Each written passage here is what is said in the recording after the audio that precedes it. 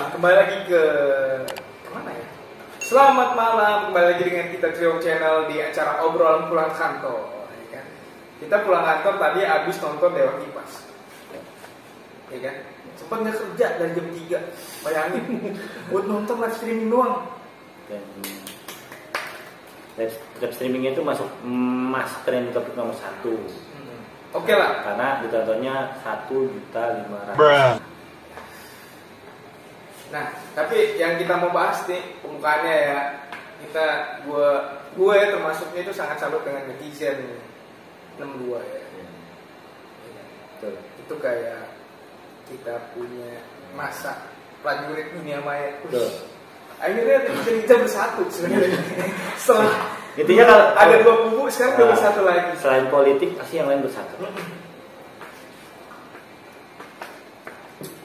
Apa aja nih yang bersatu di negara saya?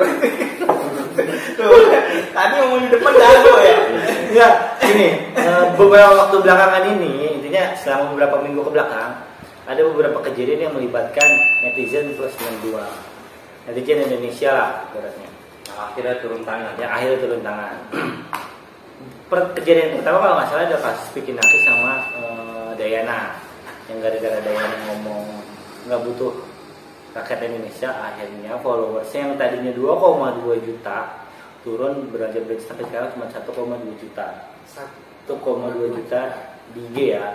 Dan beberapa waktu lalu sebelumnya kan sempat ketahuan dia pakai bot. Siapanya? Si Dayana ini sempat ketahuan pakai bot. Itu yang pertama. Itu kan gara-gara ulah dia netizen siapa sih? Oh, itu ceritanya panjang. Kalau dibahas nggak kelar berjam-jam. Selebgram dari Uzbekistan. Masalahnya sorry, Kazakhstan. Masalahnya apa? Gue nggak ngikutin masalahnya. Ini jadi kita dengar kamera. Jadi awalnya kan Speaking Naki sama si Dayana itu ketemu di. Gak usah jelasin jauh-jauh karena netizen kita ini juga lebih tahu. Intinya kejadiannya adalah karena salah paham. Salah paham aja lah. Dayana itu artis selebgram. Karena dia tidak butuh itu, langsung dong netizen yang cuman gara-gara komen saya tidak butuh. Bukan komen. Apa? Video story. Saya nggak butuh rakyat Indonesia. Langsung turun sekitar 800.000 follower. Drastis kan. Jadi orang Indonesia itu kalau udah yang cakep itu pasti di follow. Awal muasalnya. Yang pertama, terus yang kedua beberapa waktu lalu adalah soal orang Korea yang menghina orang Indonesia. Oh iya. Yang dia mengatakan bahwa saya nggak peduli mau dibully sama siapapun kan. Kebetulan videonya viral dan akhirnya dia juga dibully di IG dong.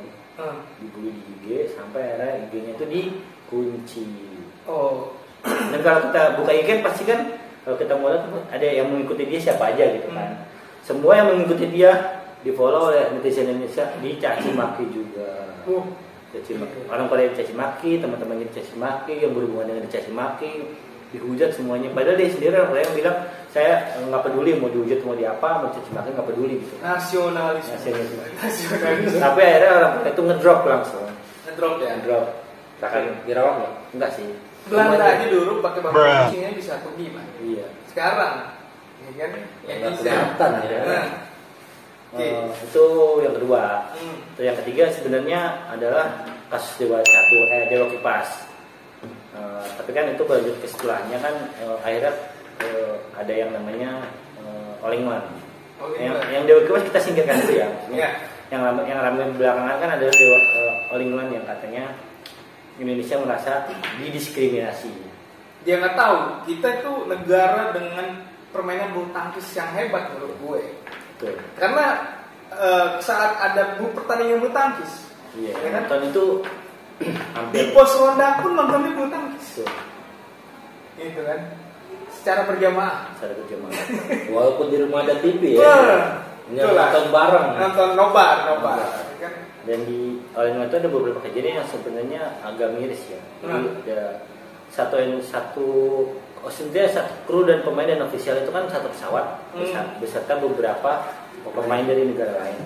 Yang dari India pertama akhirnya dinyatakan WHO. Tapi ada beberapa negara yang dari saya lupa negara Denmark atau apa gitu kan. Hari sebelumnya Turki. Yang di Turki ya? Iya, yang di BO Turki. Yang dijadwalin Turki tapi ternyata akhirnya BO juga. Ya, berarti ya kalau masalah berarti ada 7 negara, ada pemain India. Kalau masalah 7 atau berapa gitu. Kalau saya salah tolong koreksi.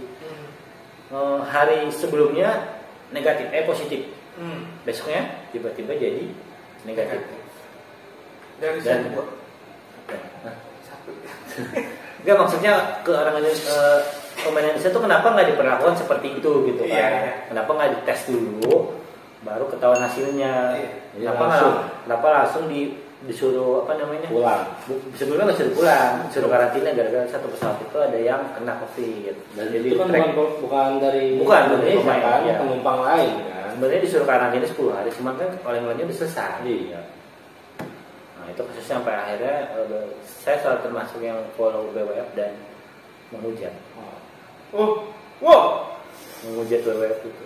Tapi ya finally akhirnya BWF ya. BWF minta maaf. BWF bertekuk lutut. Akhirnya bertekuk lutut. Dan dia sempat mengunci kolom komentar kalau yang nggak follow, kalau yang follow tetap bisa. Dan saya kan udah follow, jadi ya saya hujat. Jangan ditiru. Tapi memang emosional saat yang begitu ya kan? Karena rasa nasionalisme. Tapi at least bisa dikategorikan bahwa netizen kita itu cukup bertaji ya. Sebelumnya ada kasus Microsoft, ingat nggak? Yang Microsoft bilang Indonesia apa gitu di bagian intinya Indonesia negara apa gitu kan? Saya lupa kalau Microsoftnya. Sampai akhirnya Microsoft juga diserang di IG dan akhirnya ditutup juga kolom komentarnya karena netizen plus 62 isinya. Dan yang terakhir ini nih yang soal dewa kipasnya yang berlanjut sampai kemarin. Gara-gara seorang YouTuber dan seorang pemain catur di aplikasi chess chess.com kalah bertanding sama seorang bapak-bapak lah. Bapak-bapak. Akunnya Dewa Kipas. Padahal. Itu gara-gara setelah kalah kan akhirnya si akun Dewa Kipas ini dilaporin dan dituduh melakukan kecurangan. Anaknya dia bikin status di Facebook. Gara-gara di Facebook dan akhirnya viral kan.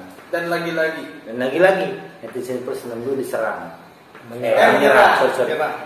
Netizen plus 62 menyerang YouTube-nya si itu sama IG-nya, di Twitter juga kan, dia kan rame di Twitter kan. Cuman karena mungkin si live-nya si Gotham Chess-nya nggak kuat, akhirnya ditutup lagi. Ditutup dan cuma bisa dilihat pakai VPN. Intinya nggak bisa dilihat oleh orang Indonesia. Dan setelahnya Percasi pertama mengeluarkan statement bahwa 95% melakukan kecurangan. Karena setelah diteliti sekitar berapa puluh kali menang berturut-turut dengan rating koefisiennya sekitar 90% ya. Tapi kalau misalkan kita kembali lagi ke era digital sekarang, maksudnya dengan logaritma sistem ya kan, gue nggak terlalu paham sih ya maksudnya itu gimana, tapi dengan logaritma sistem atau perhitungan sistem itu bisa apa ya namanya ya, mengambil kesimpulan bahwa 95% itu melakukan kecurangan dengan tingkat akurasi tinggi soalnya kan. Tapi apa ya, netizen 62 nggak percaya, menyerang dulu sebenarnya ntar kemudian gitu kan. Ya di YouTube-nya Deddy Corbuzier kan pernah diundang kan si Levi-nya itu, dan dia mengatakan bahwa sebenarnya di situ dia lebih bijak ya kalau dia lihat ya. Si Levi-nya, si Gotham Chess lebih bijak ngomongnya, maksudnya ada beberapa perkataan yang menurut dia memang lebih masuk akal. Salah satunya adalah ketika dia disuruh untuk bertanding, dia bilang buat apa? Di Indonesia ada yang lebih bagus, yang lebih hebat, kenapa nggak bertanding aja? Terus ketika dia ngomong jadi mungkin nggak ada orang yang lebih hebat, cuman nggak kelihatan. Dia bilang mungkin saja, cuman belum ada sampai saat ini. Nah kebetulan si Grandmaster Iren Sukandar itu mengatakan bahwa nggak mungkin dong kayak tiba-tiba di komik tiba-tiba ada orang turun gunung hebat gitu kan. Ya mungkin kadang-kadang gue juga mikir sama Deddy Corbuzier ya, bahwa manusia mungkin secara teknologi bisa dia kesimpulan dia 90% curang. Tapi ada presentasi 5%, pada saat itu gue juga berpikiran pasti ada peluang, rumus peluang kan ada ya kan? Betul. Ada kemungkinan 1% pun masih jadi peluang kan? 1% pun menjadi peluang, dan akhirnya masuklah ke big match pertandingan ya. Big match pertandingan Yang kemarin ramai dan yang saya juga kemarin sempat nungguin. Nah, jadi kita sempat nonton ya. Nonton dari awal sampai akhir? Pertandingan ketiga. Kalau saya nonton dari awal sampai akhir pertandingan. Jangan pusing dong, kan nggak main catur kayak jalan aja. Kalau menurut saya yang paling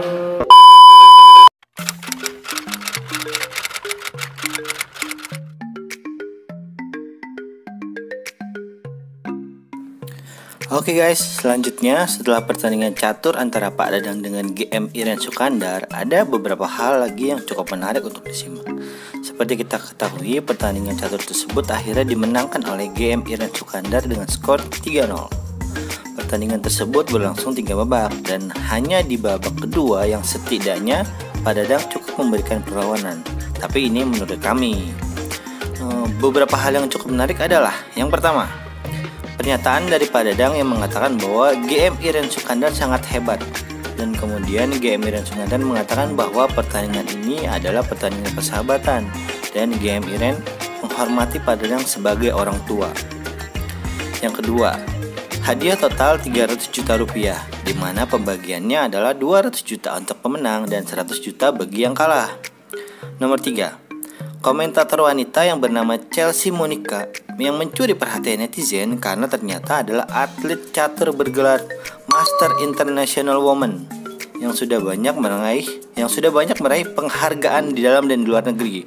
Wanita cantik asal Balikpapan, Kalimantan Timur ini, media sosialnya langsung diserbu netizen dan followernya langsung naik drastis. Nomor 4, kejadian selanjutnya adalah Gotham Chess alias Levi akhirnya buka suara lagi lewat YouTube-nya. Dan inti dari perkataannya adalah dia ingin Pak Dadang mengakui bahwa beliau curang, karena ketika menyaksikan pertandingan tersebut, presentasi pergerakan Pak Dadang tidak sampai 50%. Cukup menarik ya. Nomor 5, dan lagi-lagi netizen berkomentar bahwa Pak Dadang seharusnya bisa menang kalau ada kopi dan rokok dan bermainnya di pos ronda. Lalu ada yang bilang mungkin nanti mainnya next time chapter kedua mainnya di pos ronda aja tengah malam, dan Pak Dadang pakai sarung biar nggak ada tekanan. Dan netizen ada yang bilang lagi mungkin Pak Dadang grogi atau demam panggung atau apalah. Tetap ada yang membela Pak Dadang dan ada juga yang mengatakan Pak Dadang tetap masih terlihat curang. Anyway, apapun itu, di Indonesia pertandingan catur belum pernah semenarik dan seheboh saat ini. Karena setelahnya banyak yang bermain catur lagi, banyak yang mendownload aplikasi catur, entah itu di HP, PC ataupun laptop. Semoga setelah ini akan banyak atlet-atlet catur berbakat di tanah air tercinta Indonesia. Oke guys, itu aja dari kami dalam channel. Sampai jumpa lagi di next video. Bye bye. Tapi jangan lupa ya untuk subscribe channel kami biar kalian tidak ketinggalan video-video menarik dari kami. Bye bye, thanks.